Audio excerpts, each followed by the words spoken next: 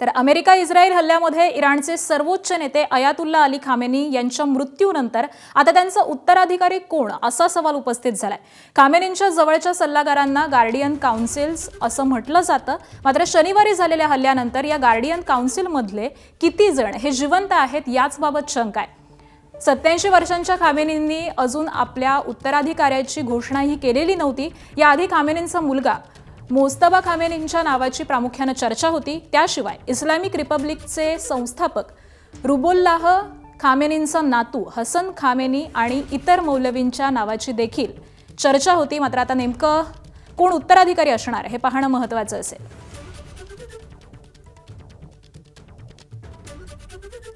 तर मोस्तबा खामेनींचा मुलगा याच्या नावाची देखील सध्या चर्चा आहे।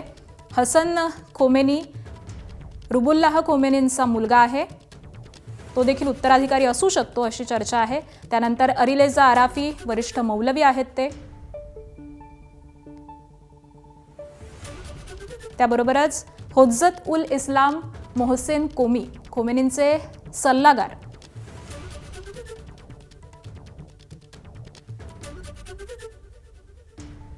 मोहसेन अराकी असेंब्ली ऑफ एक्सपोर्टचे वरिष्ठ सदस्य यांचंही नाव चर्चेमध्ये आहे। गुलाम हुसेन मोहसेन एजई इराणच्या न्यायपालिकेचे प्रमुख आहेत। तर या सगळ्यांचीच नावं ही सध्या चर्चेत आहेत।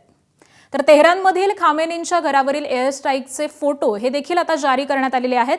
अमेरिकेने जारी केलेले सॅटेलाइट फोटोग्राफ्स हे देखील समोर आलेले आहेत आणि याच हल्ल्यामध्ये खामेनींचा मृत्यू झाल्याचा अमेरिकेने दावा केलेला आहे। हे दृश्य आपण पाहतोय, हे फोटोज आहेत, अमेरिकेने जारी केलेले आहेत आणि याच हल्ल्याच्या वेळी खामेनींचा मृत्यू झालेला आहे असा दावा अमेरिकेने केला आहे। एबीपी माझा, उघडा डोळे बघा नीट।